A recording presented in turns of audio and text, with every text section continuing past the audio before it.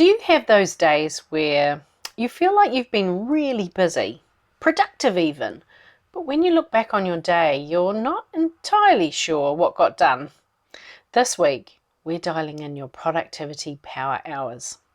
I'm sharing something that most experts aren't talking about: how you can supercharge your productivity by working with your body.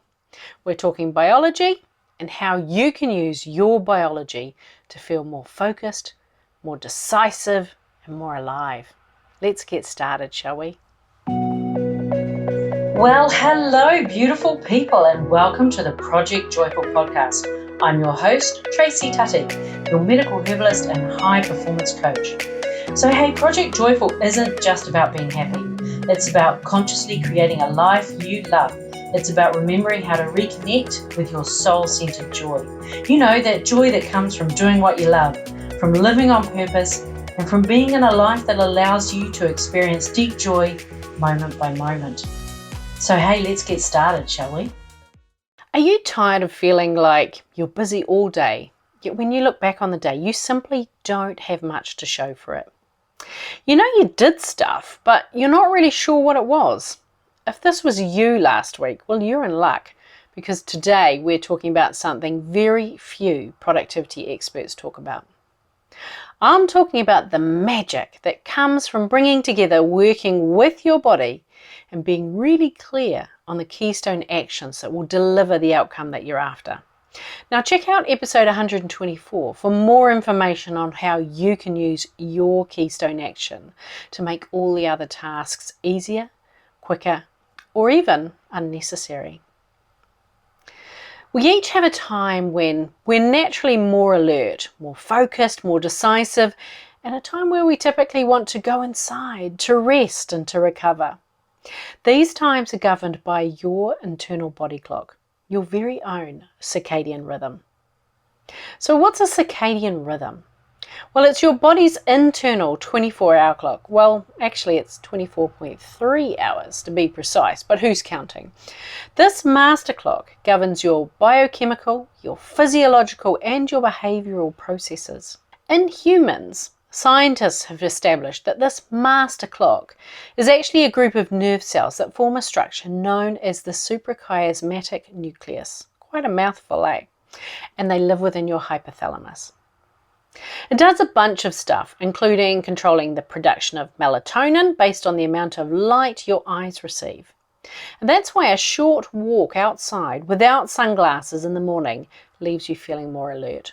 So if you get to your desk and you're feeling tired, experiment with a quick walk to the letterbox and back. Or if you're struggling to stay alert in the afternoon, make that meeting a walking meeting and get outside. Scientists have found that it's the blue light that you're exposed to during the day that suppresses melatonin secretion. So exposure to blue light during the day improves your sense of well-being. It helps you to feel alert and it supports your cognitive performance during the day. Conversely, at night, your master clock signals that it's time to make more melatonin, and it does this in response to less exposure to that blue light. And as a result of that, you begin to feel sleepy. Because of this inverse relationship to blue light, long-term exposure to low-intensity blue light directly before bedtime, well, it can disrupt your sleep quality and your circadian phase and cycle durations. So how does this understanding of the biology of your circadian rhythm improve your productivity?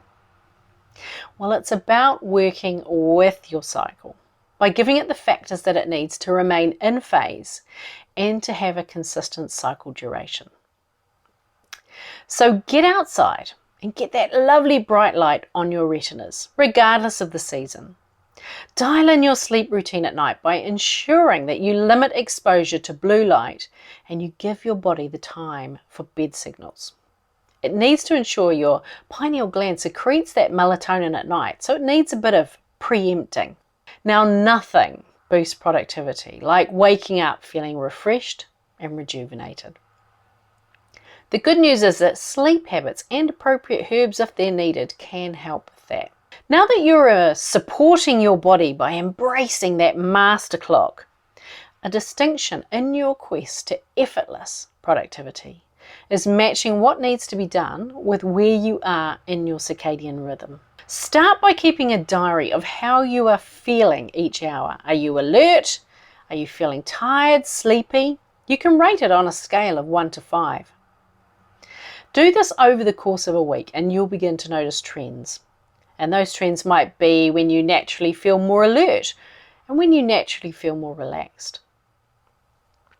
But just be aware when you're doing this that you can increase your focus levels by doing strength-based exercise, such as lifting weights or using resistance-based exercise or body weight-based exercise.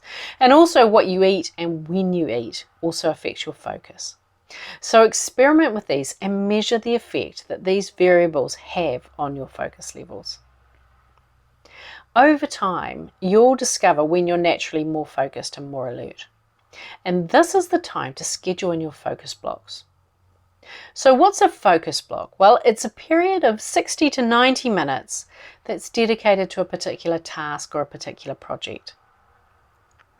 The key to maintaining your focus blocks is to schedule a focus planning session of around 30 minutes at a time prior to your focus block. And you use this time to assemble everything that you need for that focus block. For example, it might be links to research you've completed or a list of questions that you'll be thinking critically on. It could be a plan of the steps that you'll complete in your focus block itself. And ideally this is done in a time when you're alert, but you're not as fully charged as the time you dedicate to your focus block. To maximize your productivity, be sure to leave some breadcrumbs so that you don't need to use time working out what you had planned to do or where you got up to when you go into that focus block. During that focus block, distractions are removed. So that means that your email's closed, your browser's closed unless there's a specific reason that's related to the task for it to be open, and your phone is on Do Not Disturb. Now, if you're working from home, it can be tricky, right? So if you work from home or share your office space, there's got to be a clearly communicated sign on the door so everybody knows that this is a Do Not Disturb unless the house or the office is on fire time. At the end of that focus block, schedule 15 minutes of planting the seeds time. And this is the time where you write where you're at the end of that focus block, what the next steps are, and where you schedule in another focus block if it's needed. After that 15 minutes, you're into 15 to 30 minutes of active recovery time. So go and stand barefoot in the grass, drink some more water, do some squats, bounce up and down on the balls of your feet. Do some nice, long, deep breathing. Your focus is on rekindling the energy that you've just used in your focus session. Save the critical thinking, decision making and researching to those times in the day or the night when you're naturally at your most focused and your cognitive functions at its peak. And once you've identified your peak productivity hours, schedule focused work during these periods. By dedicating this time to your most mentally demanding tasks, you can accomplish more in less time. Continue working with your body and boost your recovery practices by scheduling in those longer restorative practices for a time when you're naturally in that rest and digest element of your circadian rhythm. It'll help you to go deeper into relaxation and recovery. Now, I know it's tempting to skip the recovery block, but trust me, this is the key ingredient to maintaining great energy all day long and to sleeping well at night and to waking the next morning with enough energy to get the things that matter done. After your intense focus blocks, prioritize time for recovery. Your body needs space, and that's physical, emotional, and mental space. So use this recovery time to relax, take a walk, or do something soothing. This recovery period helps reset your mind, and it prepares you for the next burst of productivity, and it gives you space for thinking in the background. So think of it as recharging your mental batteries. Just as a farmer knows the best time to sow seeds for a bountiful harvest, You too can plant your most important tasks during your productivity power hours. Work with nature and embrace an easy day where you look back on it and you think, yep, today I got what matters done. Sending you lots of love. Bye for now. Hey, thanks for listening to today's podcast. Can I ask you a favour? If our conversation spoke to you today, could you please take a moment to leave a 5-star review? Your review will help people discover this podcast, and together we can create a world where there's even more love and more laughter.